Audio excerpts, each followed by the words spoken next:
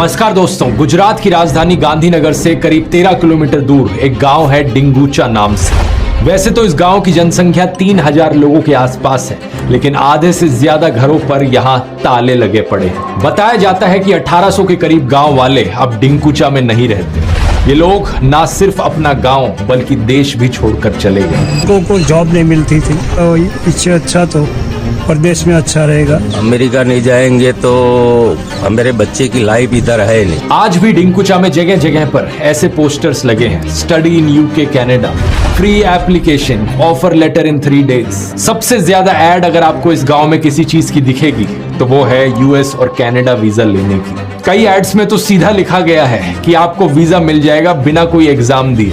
जनवरी 2022 की बात है। अपने गांव में बाकी लोगों को अमेरिका जाता देख डिंगुचा के एक परिवार ने यही करने का फैसला किया। 29 साल के जगदीश पटेल अपनी पत्नी और 2 बच्चों के साथ कनाडा की फ्लाइट पकड़ते हैं। अपने गांव में पहले ये एक टीचर की नौकरी किया करते थे और बाद में अपने भाई के गारमेंट बिजनेस में हाथ बटाते थे, लेकिन इनकी कमाई, पूरे परिवार की महीने की कमाई सिर्फ 9 से 10 हजार रुपए हो पाती थी। जाहिर सी बात है, पैसों की कमी के चलते और बेरोजगारी की वजह से इन्होंने ये फैसला लिया। बड़ी मुश्किल से ये 65 लाख रुपए इकट्ठे कर पाते हैं एक एजेंट को देने के लिए, जो इन्हें अमेरिका तक लेकर जाएगा डोंकी प्रोसेस के थ्रू।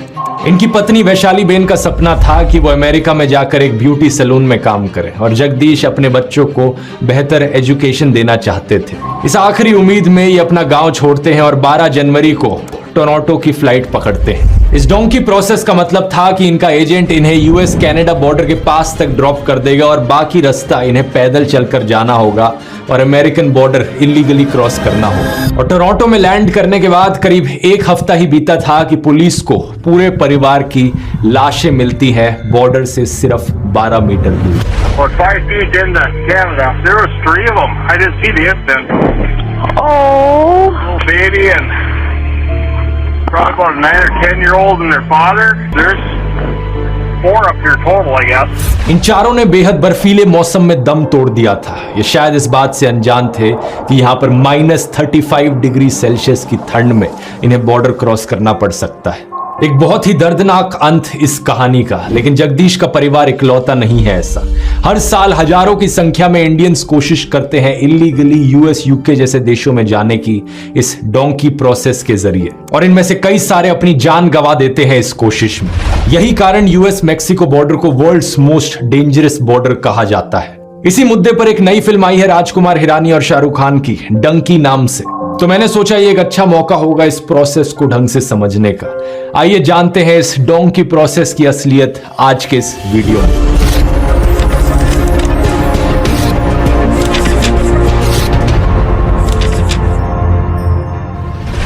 ये जो पूरा प्रोसेस है दोस्तों, बिना वीजा के किसी देश में जाने का, बैकडोर इलीगल एंट्री करने का, इसे डोंकी फ्लाइट या डोंकी प्रोसेस का नाम दिया जाता है।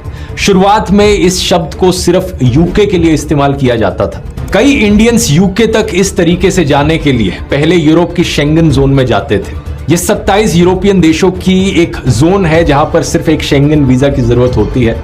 इनमें से किसी भी देश का वीजा हो तो बिना दूसरे देश के वीजा के बॉर्डर क्रॉस किया जा सकता है। हालांकि यूके कभी भी शेंगन जोन का हिस्सा नहीं रहा, लेकिन यूरोप काफी पास आ जाता है यूके के। लोग अलग अलग तरीकों से यूरोप के थ्रू होते हुए यूके घुसने की कोशिश करते थे। कुछ लोग ट्रकों में ट्रैवल करते, कुछ लोग गाड़ियों में, तो कुछ लोग पैदल चलकर घंटों घंटों तक ये सफर तय करते। माइग्रेशन पॉलिसी इंस्टीट्यूट की एक स्टैटिस्टिक बताती है कि आज से 10 साल पहले भी हर महीने